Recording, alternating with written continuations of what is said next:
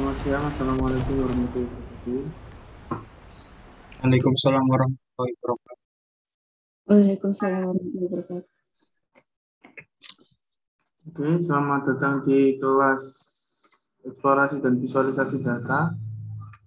Sebelum kita mulai kelasnya, ada baiknya kita berdoa dan juga absen. Absen sudah saya taruh di kolom chat dan silakan berdoa masing-masing setelah absen.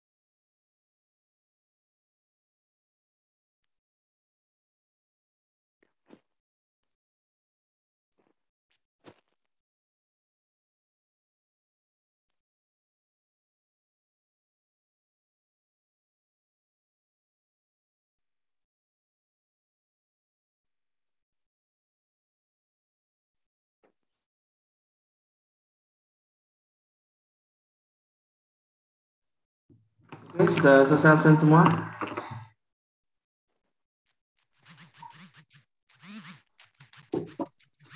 Sudah, Pak. Ya, oke. Ada yang tahu hari ini kita akan membahas apa? Bahas R, Pak. Oke, bahas R ya. Saya kira sudah punya ini semua, sudah pernah megang R semua. Jadi mungkin hari ini kita lebih ke recap aja atau kita mengingat kembali apa saja fitur-fitur yang ada dalam R dan R Studio khususnya ya. Karena nantinya aplikasi ini yang akan sering digunakan untuk tugas-tugas ke depan terkait eksplorasi dan visualisasi data. Oke, sekarang akan saya share screen.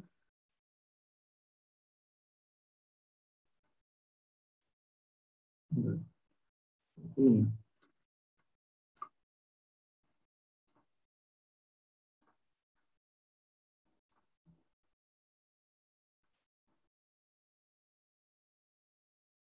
Oke, sudah kelihatan semua ya. Sudah, Pak. Sudah, Pak. Oke, jadi hari ini kita akan membahas caranya menginstal R dan R Studio, lalu menulis dan membaca data eksternal dengan R. Lalu kita melihat bagaimana cara kita menulis percabangan dan perulangan dalam R jika diperlukan. Lalu apa saja tipe data yang berada dalam R, dan kita bisa juga nanti menggunakan operator aritmatika ataupun operator logika pada R, serta kita akan melakukan pengecekan dan transformasi tipe data. Nah, seperti yang kalian tahu, R ini sebuah bahasa pemrograman yang awalnya ini ditujukan khusus untuk statistika ya. Namun sekarang sudah banyak orang yang mengembangkan bahasa R ini sehingga bisa juga digunakan untuk pemrograman lainnya, meskipun mungkin tidak bisa sefleksibel bahasa pemrograman yang memang dikhususkan untuk memprogram. Nah, R ini cocok untuk data science karena banyak library dan package-package internalnya yang sudah mengakomodasi fungsi-fungsi yang sering dipakai oleh seorang data scientist. Dan R ini hampir sama dengan Python, yaitu dia berupa interpreter yang ditulis secara baris per baris. Nah, memang R ini khusus biasanya untuk manipulasi data, perhitungan matematis, dan bisa menggunakan tampilan grafis menggunakan package tertentu ya. Tapi memang awalnya optimasinya atau bahasa R ini biasanya digunakan untuk hal-hal yang berhubungan dengan statistika dan manipulasi data. Nah, bagusnya R apa? R itu bisa menangani dan menyimpan data dengan efektif dibanding dengan bahasa pemrograman lain. Jika dibandingkan secara satu persatu untuk penghitungan fungsi-fungsi statistik, R ini lebih unggul daripada Python dan semacamnya. Karena memang dia dioptimasikan untuk statistika. Lalu R ini menyediakan seperangkat operator untuk memanipulasi array khususnya matriks. Dimana kalau kita menggunakan Python biasanya kita menggunakan pandas, kalau R sudah integrated di dalam paketnya. Maka dari itu R ini efektif dalam melakukan pekerjaan terkait analisis, visualisasi, dan lain-lain yang berhubungan dengan data science. R juga menyediakan banyak teknik statistik yang sudah umum digunakan, seperti uji statistik mungkin hipotesis, uji hipotesis, dan juga bisa mereduksi dimensi. R juga mempermudah kita untuk menciptakan plot-plot atau grafik-grafik untuk mengkomunikasikan data kita, dan R juga sifatnya adalah multiplatform, serta R ini udah punya komunitas tersendiri ya, dan selalu diupdate, selalu mempunyai fitur-fitur baru, serta dia bisa juga punya fungsi kondisional, perulangan, rekursif, dan lain-lain.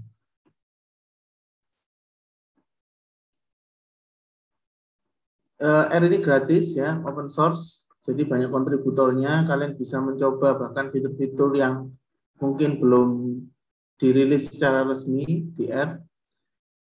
Lalu dia juga punya package yang banyak, lengkap, khususnya dalam package-package di data science ya. Dan fungsi-fungsi yang disediakan memudahkan pekerjaan yang berhubungan dengan komputasi, eksplorasi, dan visualisasi data. Dia juga mempermudah kita untuk mempersiapkan data, analisis, mentransformasi, serta bisa mengimport ekspor. Jadi misalkan kalian mau menggabungkan atau menggunakan fungsi-fungsi R dalam data kalian yang berbentuk CSV, misalkan kalian bisa mengimport data tersebut ke R, lalu kalian ekspor ke format lain yang mungkin dibutuhkan oleh orang-orang yang membutuhkan. Nah, R ini juga dengan paket-paket yang cocok itu bisa menghasilkan grafik atau visualisasi yang bagus. Dan juga nanti menggunakan R Markdown, kita juga bisa membuat laporan dengan lebih mudah menggunakan R.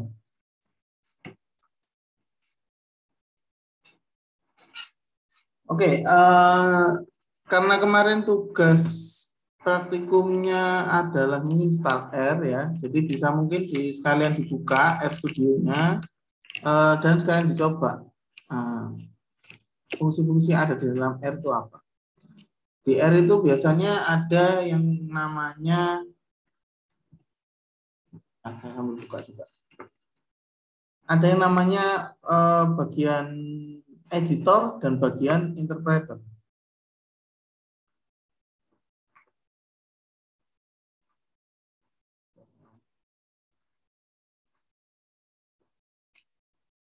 Belum buka R-nya.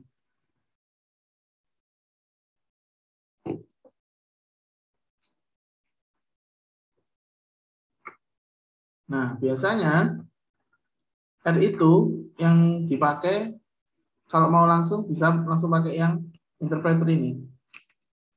Atau kalau kalian mau merencanakan istilahnya ya, apa-apa saja yang akan dikerjakan R itu dalam satu kali jalan, kalian juga bisa tulis di tiap baris-baris di editor. Cuman perbedaannya kalau R ini kalian harus menjalankan per line, ya kan? Satu persatu, satu baris per satu baris. Kecuali kalian mau menjalankan langsung seperti ini, kalian blok dulu baru kalian run.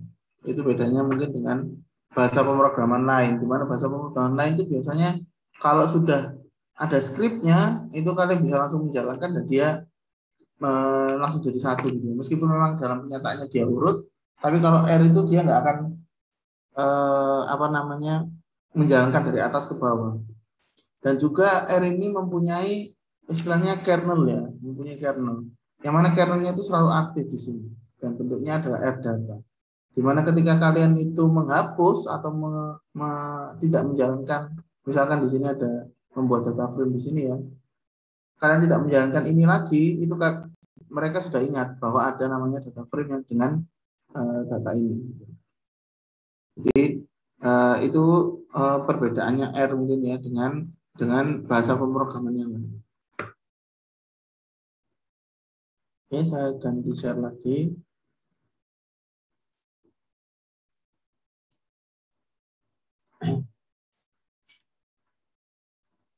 Nah, kalau misalkan kalian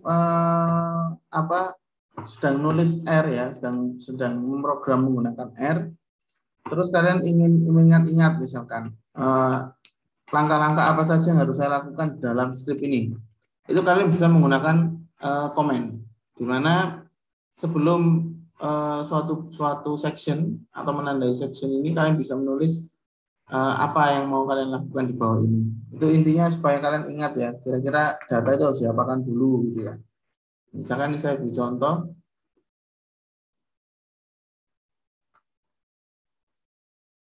Misalkan di sini saya punya data teks misalkan ya.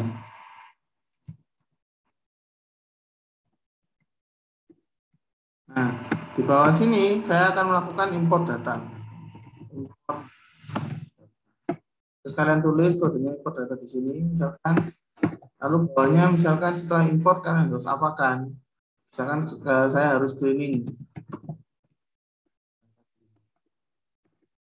Ini fungsinya komen ini untuk menandai ya, kalian sampai mana istilahnya. Supaya apa? Supaya kalian tidak bingung. Ini kodenya untuk apa sih? Kodenya untuk apa sih? Bisa juga komen ini ditaruh di sebelah kanan. Misalkan ini fungsi genre seperti ini, terus kalian mau taruh sebelah kanan. Ini untuk ya. Jadi apa ini namanya? Komen ini berguna ya untuk istilahnya menandai kode-kode kita ini fungsinya apa.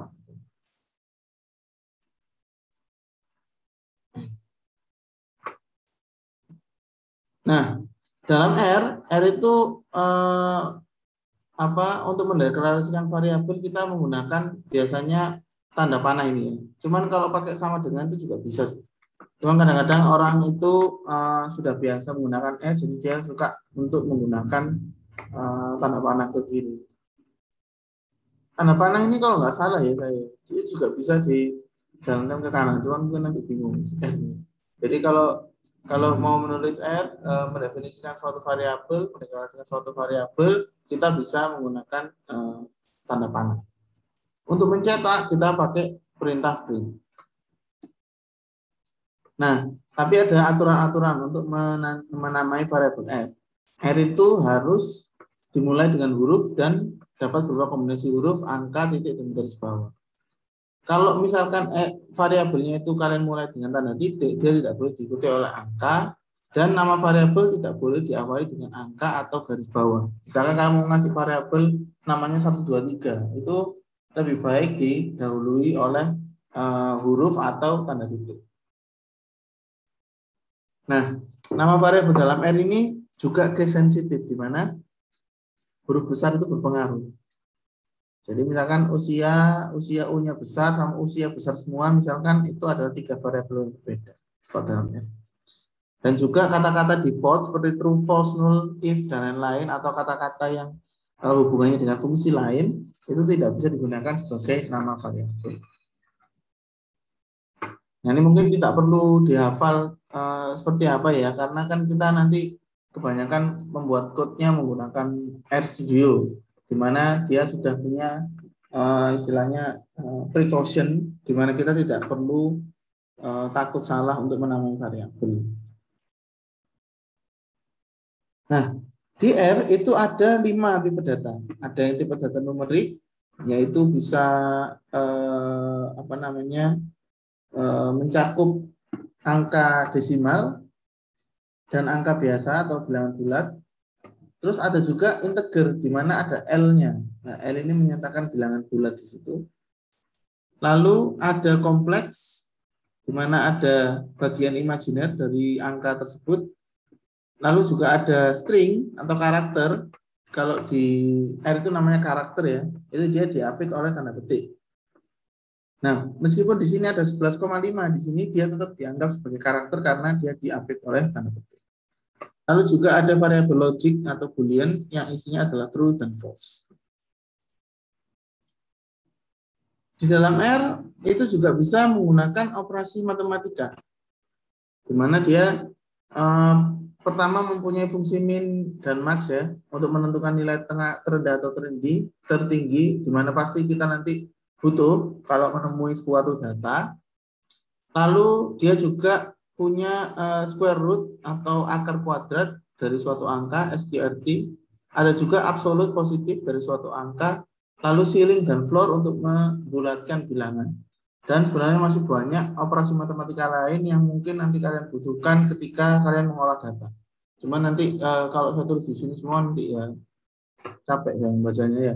Jadi mungkin kalian bisa melihat apa itu namanya operasi-operasi matematika apa saja atau fungsi-fungsi apa saja yang ada di R di dokumentasi resmi. Nah, untuk string ini hampir sama ya sama Python.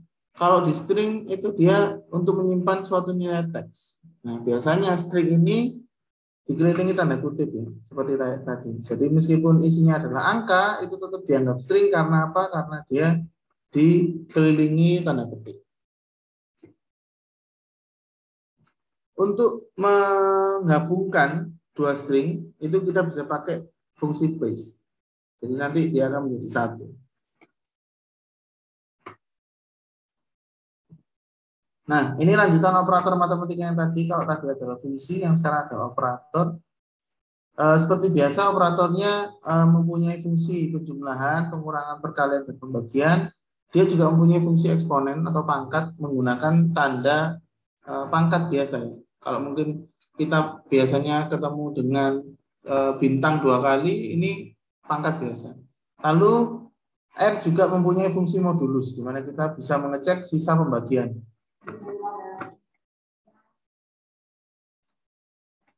Nah, selain itu, R juga mempunyai operator perbandingan, di mana operator perbandingan ini mempunyai membandingkan satu variabel dengan variabel lain, yang mana dia bisa membandingkan apakah kedua variabel tersebut sama, tidak sama, lebih besar, lebih kecil, dan lain-lain. Operator perbandingan ini penting ketika nanti kita menggunakan fungsi selection atau fungsi while ya, atau loop. Nanti operatornya akan berguna karena dia untuk melakukan pengecekan sebuah value gitu kan. Ada juga operator logika di mana ada dan, and, or sama not. Kalau tadi ini perbandingan antara dua nilai, kalau ini jika misalkan kedua nilai tersebut sama atau seperti apa, kita membandingkan antara dua logika. Jadi misalkan kalau kalian ingat dalam mata kuliah logika di pengantar pemrograman, mungkin itu kalian bisa membandingkan jika true atau false itu hasilnya apa, true dan true itu hasilnya seperti apa, itu kalian bisa menggunakan operator logika. Di sini juga punya operator not atau negasi. Dimana biasanya negasi itu pakai tanda tilde ya. Di sini pakai, kalau di R itu pakai tanda seru. Itu mengembalikan nilai kebalikannya. Nah, setelah itu dalam R kita masuk ke percabangan. Di mana percabangan ini fungsinya mungkin untuk mengecek suatu nilai dan untuk mengatur jalannya program kita. Oke, kita sambil coba. Mungkin ada yang mau ditanyakan dulu?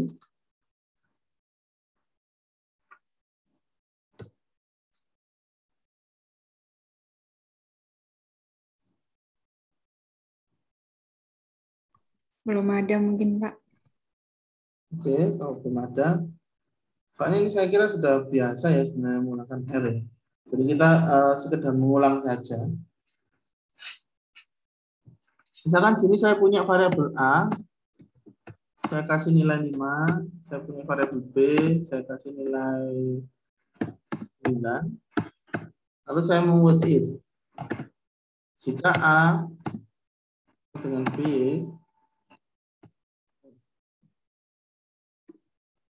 isi dari B, maka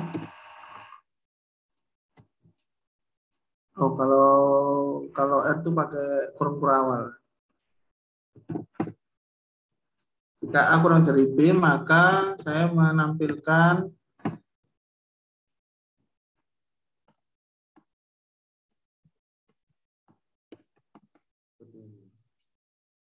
misalkan ini saya jalankan dulu.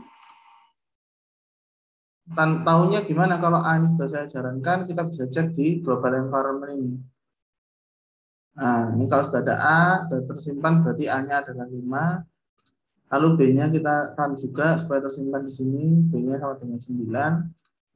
Setelah itu if-nya baru kita bisa jalankan. Karena A itu memang kurang dari B, maka nilai A lebih kecil dari B. Bagaimana kalau seperti ini?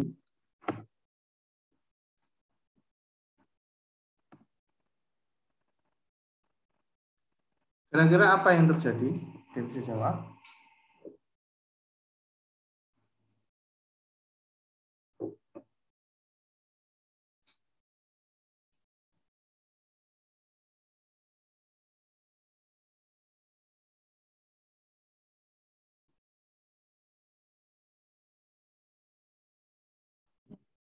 False, Pak. Jadi nggak terprint.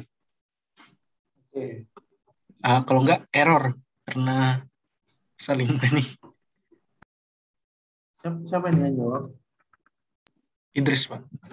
Oh, itu. Coba ya kita jalankan. Salah. Ternyata dia nggak jalan ya. Karena kondisinya false. Kalau ini kondisinya false, itu sudah pasti dalam if-nya tidak jalan. Tadi saya sempat salah ya. Yang saya run cuma baris 122. Ternyata tetap ke print. Nah, jadi hati-hati. Kalau pakai RStudio itu lebih baik kalian blok aja, baru kalian run. Jangan di run satu baris karena dianggap dia tidak di dalam blok. Dianggap dia mempunyai perintah sendiri.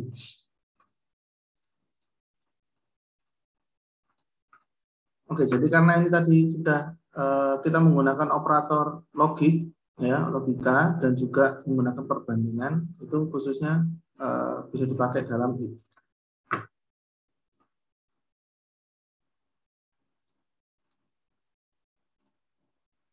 Oke, berarti ini tadi kita sudah coba. Yang jelas dalam if isinya harus operator kondisional, true atau false. Tidak ada operator lain. Misalkan if B tambah A gitu ya, itu nggak bisa karena ya nggak ada artinya bagi if-nya. Ini dijalankan apa tidak gitu. Kecuali kalian punya persyaratan bahwa B tambah A kurang dari 9 misalkan. Itu bisa digunakan if karena B tambah A kurang dari 9 itu nanti hasilnya kalau nggak true ya false gitu kan. Hasilnya boolean. Nah, ini percabangan bertingkat juga bisa dilakukan dalam R dengan kita menambahkan else if atau else biasa ya. Kalau else-nya tidak punya kondisi lagi. Lalu R juga bisa melakukan loop. Nah, di mana R juga sama-sama memiliki while loop sama for loop yang gunanya kita bisa memproses suatu operasi dengan berulang tanpa harus menjalankan baris itu berulang-ulang gitu ya. Salah satu contohnya adalah ini, kita kalau pakai while loop, kita definisikan dulu bahwa I sama dengan 1, lalu jika selama I itu kurang dari 6, maka I ditampilkan. Lalu di bawahnya kita masukkan variabel baru bahwa I-nya ditambah 1. Coba kita coba sini.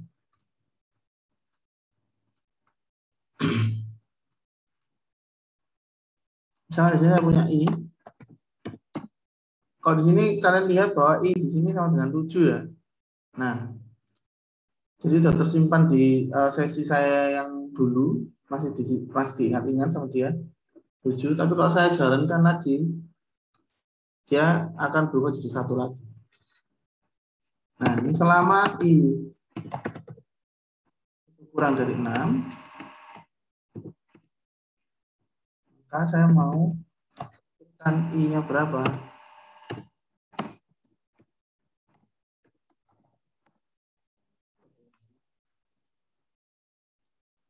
Nah, jadi dia tampil 1, 2, 3, 4, 5. Kalau saya tanya, misalkan saya tadi kan sudah run ya, saya sudah run. Misalkan saya mau nge-run ini aja, kira-kira apa yang terjadi?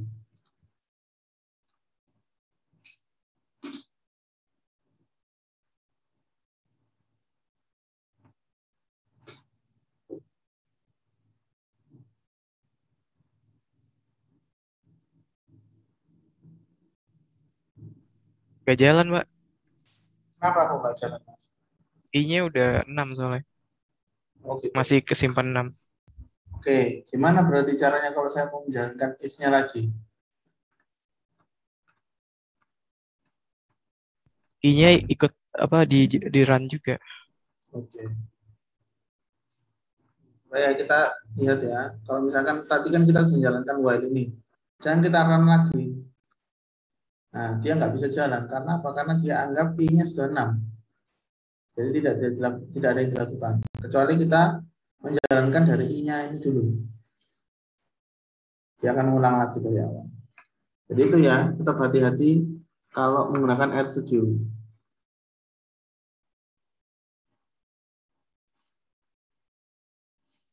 Oke, ada yang mau tanyakan dulu mungkin dari while loop?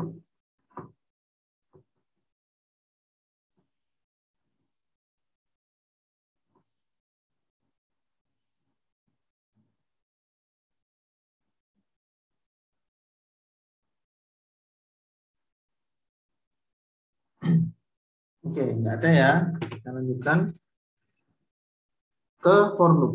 Nah, di for loop ini itu hampir sama kayak while loop, tapi dia sudah bisa istilahnya mengulang dari suatu urutan. Kita bisa gunakan for loop ini untuk mengulang atau mengambil nilai dari array. Kita juga bisa menggunakan mengulangi suatu nilai dalam suatu urutan. Misalkan kita membuat urutan 1 sampai 10 di sini, dia akan keluar 1 sampai 10 di sini. Jadi cukup jelas saya kira.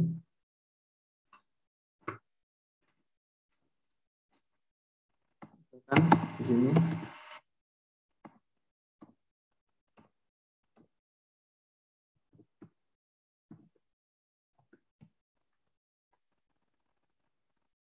Dia akan keluar 1 sampai 10.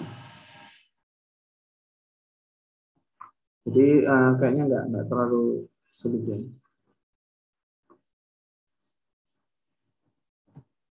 Nah, di R itu ada berbagai struktur data yang perlu kita pelajari atau perlu kita pahami, karena struktur data ini nantinya penting untuk kita gunakan atau kita utilisasi berbagai fungsinya.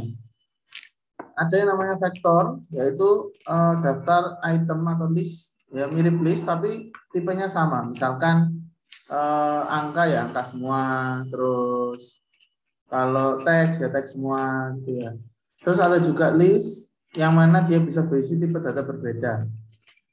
Ada juga matriks atau matrix ya. Itu dataset 2 dimensi dengan kolom dan baris tapi tanpa header.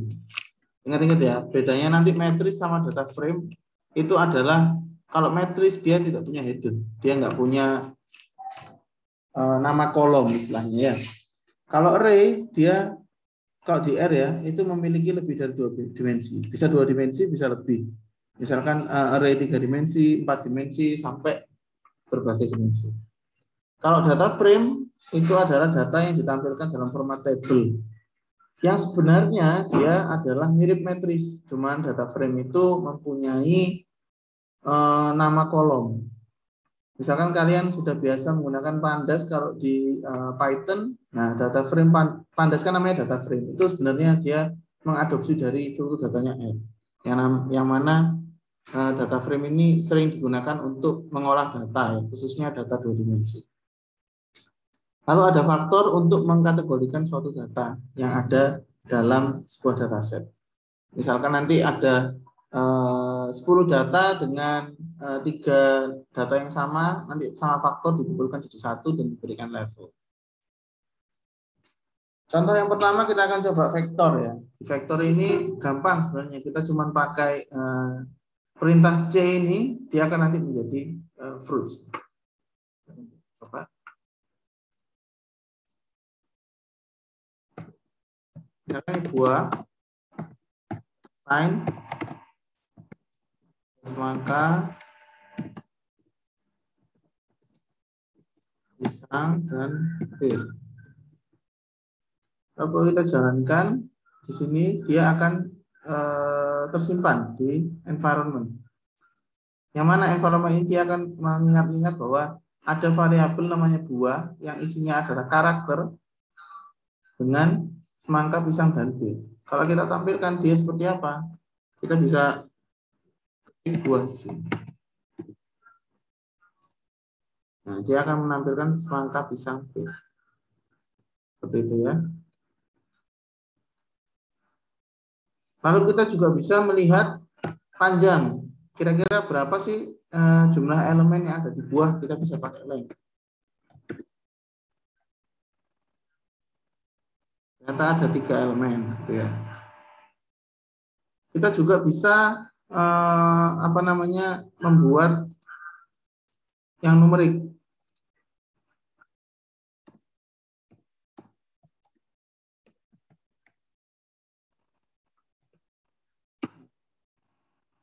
Ini kita lihat di bagian nomor bahwa dia berubah tipe datanya menjadi numerik. Gimana caranya besar ini? Nah ini ya, nomor ini numerik. Kalau kita mau lihat tipenya gimana, kita tinggal pakai apa ya? Type ya. Nah, kelas ya. Jadi dia dianggap numerik, dia bukan dianggap vektor atau apa, tapi dianggap numerik karena isinya numerik semua. Ya. Bagaimana kalau kita misalkan membuat campuran?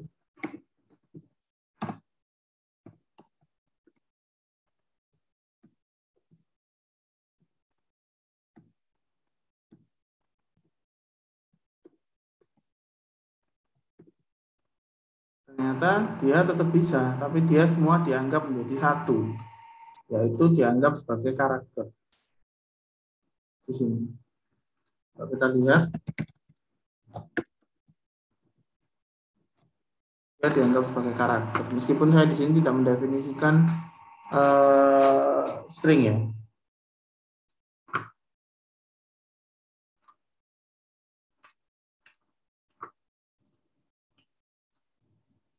Kita juga bisa menggunakan fungsi sort untuk mengurutkan.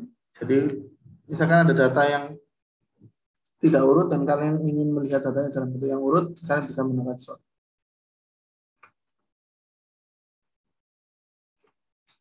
Lalu kalau list, bagaimana caranya kita membuat list? Kita menggunakan perintah list di sini.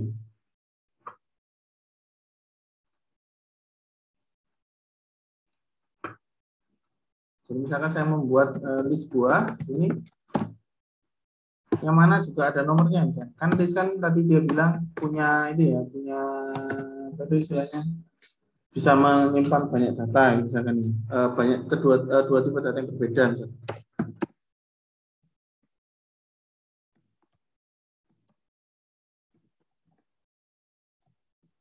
Nah, di sini list buah dia akan ganti tulisannya di sini namanya list of 4 di sini.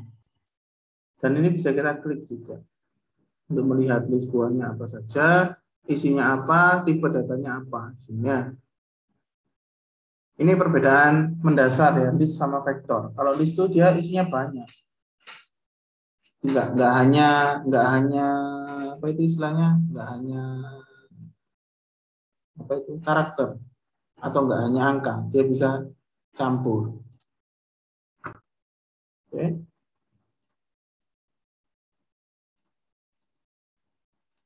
Dalam list juga banyak ininya, apa namanya, fungsinya. Kita juga bisa mengakses atau indexing list, di mana kalau di R, indexingnya mulai dari 1, bukan mulai dari 0. Jadi kalau 1, ya dia keluarnya Apple gitu kan kalau di sini. Terus kita juga bisa langsung mengubah isi dari indeks tersebut. Misalkan kita mau mengubah yang pertama menjadi blackcurrant, maka kita tinggal akses indeks mana yang kita ubah dan kita assign variabel baru. Dia akan berubah. Lalu untuk mengecek apakah sebuah elemen ada di dalam list, kita bisa menggunakan Apple. Di mana Apple. Kita bisa menggunakan in. Di mana %in ini gunanya untuk mengecek apakah Apple ada dalam list yang kita buat. Juga kalau mau menambahkan sesuatu, kita bisa menggunakan append. Jadi mirip-mirip ininya, komen-komennya.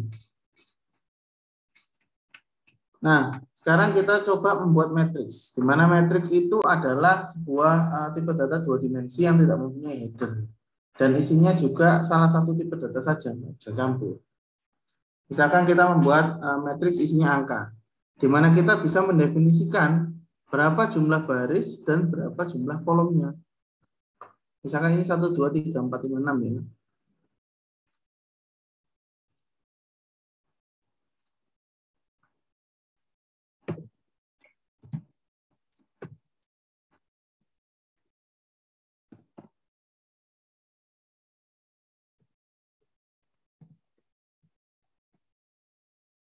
Nah, misalkan kita membuat 1, 2, 3, 4, 5, 6, terus kita definisikan berapa jumlah barisnya dan berapa jumlah kolomnya. Kalau kita tampilkan, kita tinggal panggil. Dia akan seperti ini. Dia ada jumlah baris sesuai 3, ya kan? Dan jumlah kolom sesuai 2. Dia bentuknya seperti ini. Dia nggak ada headernya, tapi dia ada jumlah ininya ya, jumlah berapa baris yang ada, terus berapa kolomnya. Lalu bagaimana kalau misalkan kita mau bikin matriks 3x3 dengan data ini? Apa yang akan dilakukan? Ya coba sih. Kan kolomnya set 3 ya, harusnya kan angkanya sampai 9 gitu kan. Tapi kalau kayak gini dia jadinya gimana?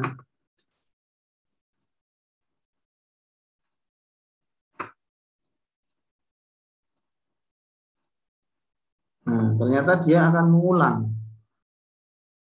Karena kita hanya mendefinisikan 6, 1, 2, 3, 4, 5, 6, tapi kita menambah kolomnya sampai 3, maka dia akan mengulang lagi di sini dari awal 1, 2, 3.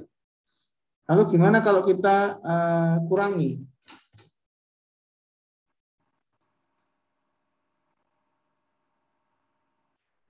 Ternyata dia hilang. Datanya nggak akan dimasukkan semua dalam matriks karena kita gagal menyediakan tempat istilahnya. Jadi matriks ini kita harus mengatur berapa kolom dan berapa barisnya.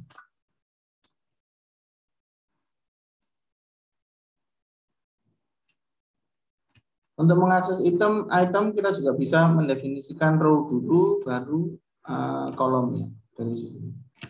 Untuk melihat panjangnya atau berapa jumlahnya kita juga bisa pakai row.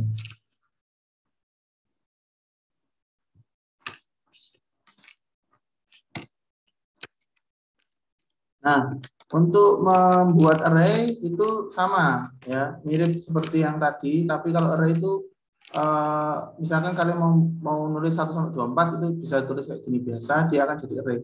Jadi ini sebenarnya sama kayak vektor kan, kalau cuman C gini ya.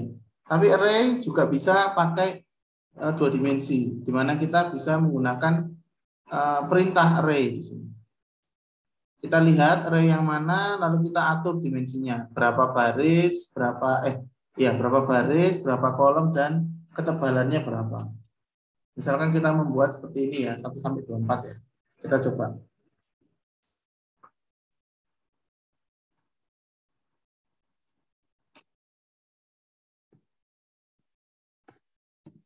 Karena kita membuat array di mana isinya adalah 1 sampai 24.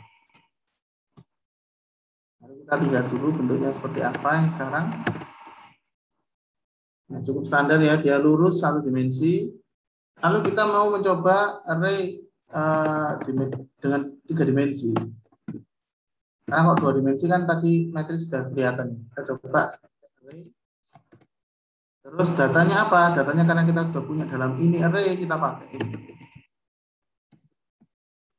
Kalau lupa gimana? Ya kita tinggal ngikuti ini. Koma, dimensinya berapa? Ya kan? Dimensi panjangnya berapa? Terus dimensinya bisa 0.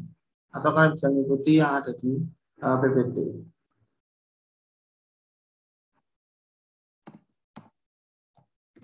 Misalkan saya mau 4 baris, 3 kolom, dan 2 ketebalannya.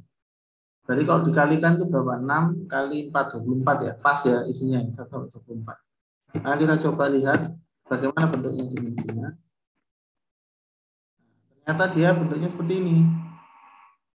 Dia akan istilahnya membuat 2 kotak ya. Kan 2 dimensi, kotak, data 2 dimensi itu kan bentuknya kotak. Isinya 3 kolom dan 4 baris.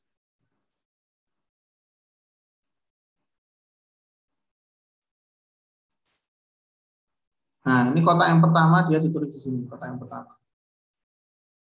Terus kalau kita mau membayangkan dimensinya, karena ini ada 2 dimensi, kita bayangkan aja di belakang ini ada kotak yang sama ini.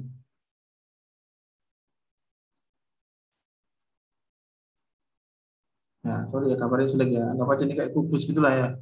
Jadi ini lapisan keduanya, dia akan tampilkan di sini.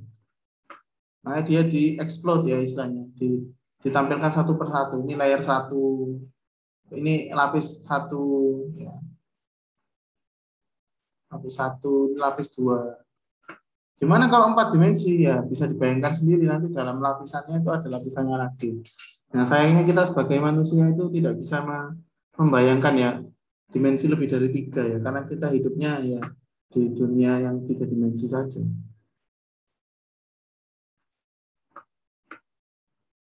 Jadi kalau mau nambah dimensi, misalkan mau pakai 4 dimensi, itu dimnya ini tambah 1 lagi komanya ya.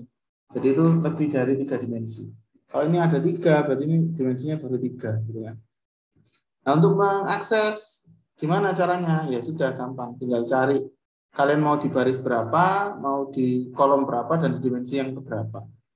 Ini nanti khususnya penting ketika kalian mungkin di semester depan akan mempelajari data cube ya, di mana penyimpanan data itu sudah tidak 2 dimensi lagi, tapi ada dimensi yang ke belakang.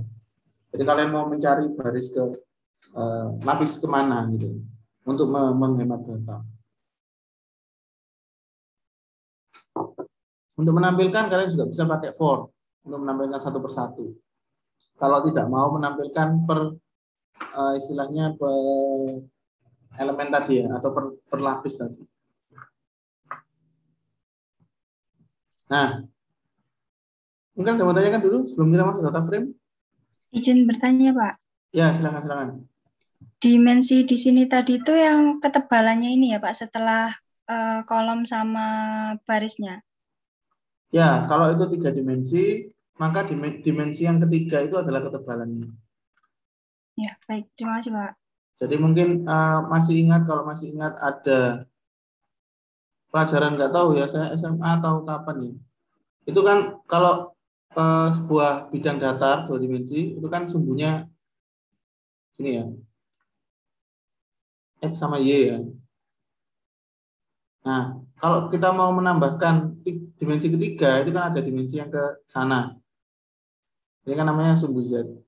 Jadi bayangkan yang ini, yang ketiga, itu adalah sumbu Z-nya. Sehingga ini ada isinya tadi, kotak-kotak tadi. Kalau kita bayangkan kotak-kotak atau kubus tadi.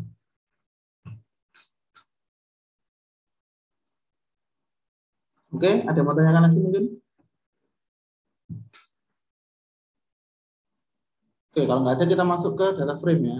Nah, data frame ini salah satu yang menurut saya itu akan sangat berguna nanti untuk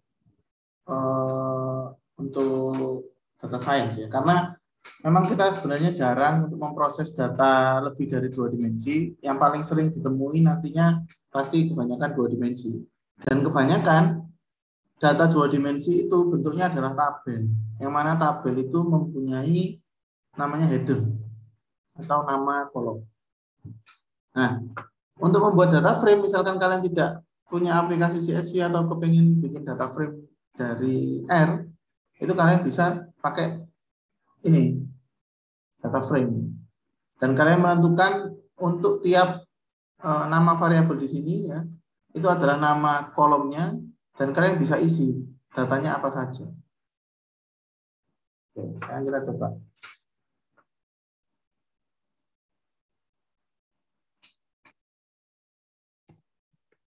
Kita membuat data frame baru.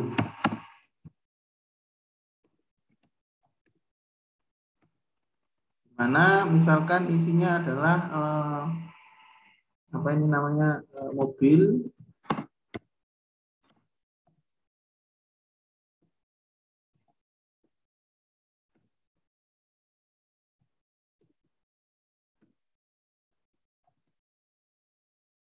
Misalkan ada jadwal Jeep sama sport, terus kita pakai apa ini misalkan harga.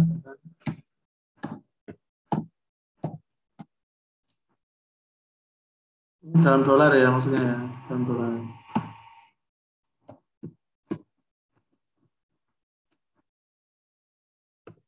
Terus misalkan kita punya apa ya, stok, jumlah stok misalkan. Jadi kalau dalam data frame itu isinya bisa numerik dan bisa juga teks, bisa campur. Karena kan dia tiap istilahnya tiap kolom itu dia sebenarnya adalah satu vektor sendiri atau satu array sendiri.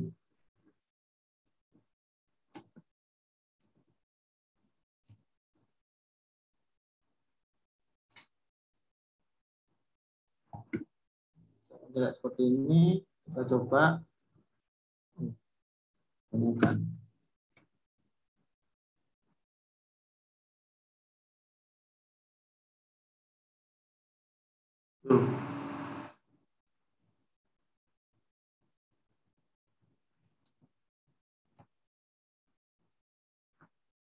Nah, jadi di sini langsung keluar bahwa ada 3 variabel atau ada data frame baru. Kalau kita mau menampilkan, kita bisa langsung klik sini.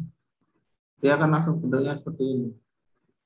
Sesuai yang kita inputkan ya, bahwa ada mobil, ada harga, ada stok. Jadi ini kan nanti kan data yang paling pasti kalian paling sering temui. Bahwa bentuknya itu ya tabel Excel ini. Nah, bagusnya R apa R juga bisa mengimport sebenarnya. Nanti kalau misalkan kalian punya data dalam bentuk CSV yang isinya berbaris-baris sampai mungkin jutaan baris, kalian nggak perlu nulis copy paste kayak gini satu-satu ya. Capek kan? Nah, itu kalian bisa langsung import pakai datanya. Oke.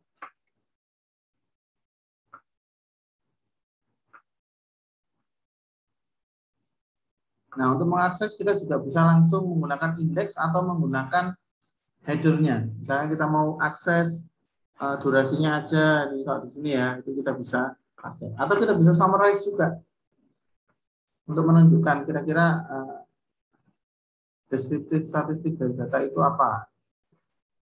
Misalkan gini, tadi kan DF baru ya, kita coba lihat summary-nya.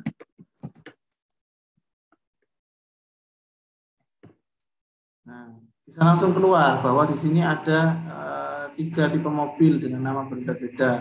Lalu harga ini rata-ratanya berapa, stoknya itu rata-ratanya berapa, dan summary statistik lainnya. Misalkan first quarter-nya berapa, third quarter-nya berapa. Di sini kalau misalkan datanya itu ada banyak, kita juga bisa mengecek apakah distribusinya itu normal atau tidak, itu menggunakan descriptive statistik ini.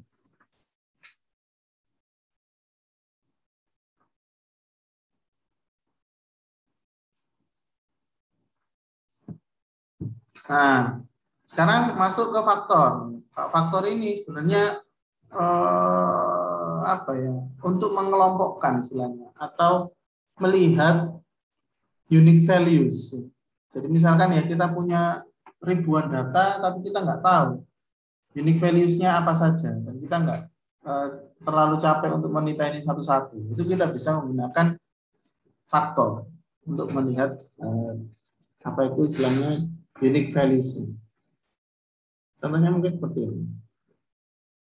Saya sempat membuat faktor ya. Musik genre ini, misalkan di sini kalian lihat ada 3 jazz ya. Lalu ada 2 klasik dan 2 rock.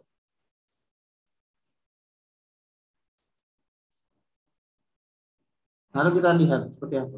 Di sini kan sudah ya musik genre. Ini kita lihat faktor dengan 4 level. Tulisannya itu level. Maksudnya apa level? Bukan banyak-banyak jumlahnya. Nah, ini sini kita bisa lihat bahwa musik genre ada apa aja. Yang asli ya, ini yang atas yang asli ya, jazz, rock, klasik, pop, jazz, rock, jazz. Ya. Nah, di bawahnya kita lihat levels. Level itu maksudnya apa? Itu unique values-nya ada apa saja. Ada klasik, ada jazz, ada pop, ada rock. Gitu. Ini juga dia tidak mengurutkan berdasarkan jumlah kemunculan ya. Dia kayaknya mengurutkan level ini berdasarkan abjad aja. Nah, ini coba saya kasih baru.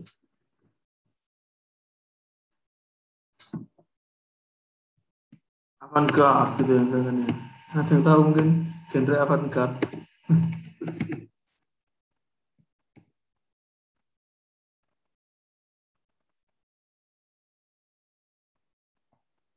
Nah, kita coba jalankan lagi.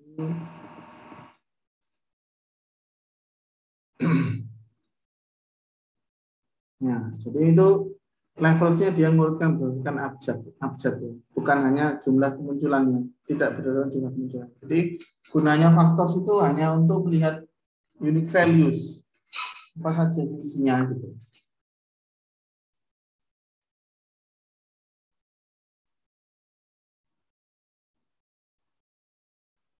Ya, kita juga bisa lihat levelnya baca saya tadi. Kalau kita tulis biasa pun dia akan keluar levelnya.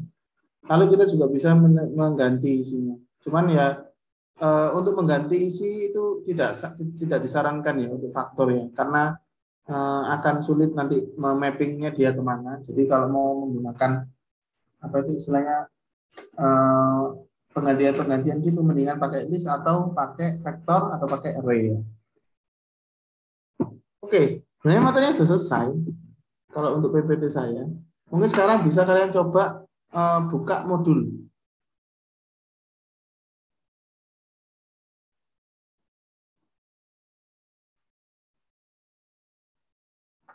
Sudah ketemu modulnya? Sudah, Pak. Ketemu, Pak.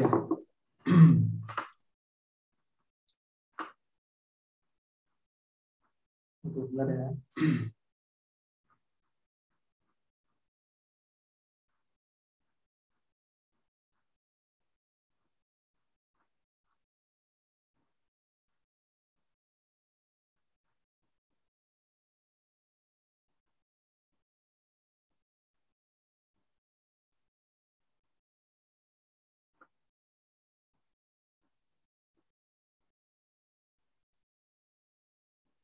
Oke, modulnya sudah dibuka. Silakan modulnya dibaca dan percobaan praktikumnya dijalankan. Jadi ada cara-cara itu, mungkin memang sudah pernah ya. Kalau sudah pernah bisa di skip, lalu dikerjakan yang nomor 7. Nah, nomor 7 itu di percobaan praktikum itu mencoba satu persatu setiap apa namanya yang sudah dijelaskan. Variabel misalkan atau tipe data misalkan itu dicoba satu persatu. Nah, setelah ini akan saya kasih waktu 30 menit untuk mencoba. Lalu nanti setelah itu salah satu atau 4 orang akan saya tunjuk untuk memperlihatkan hasil percobaannya masing-masing. Nah, setelah itu baru nanti bisa diakhiri aja. Oke? Selamat mengerjakan ya, 30 menit ya. Sampai 1:30. Kalau mau bertanya atau apapun, langsung aja. Oke?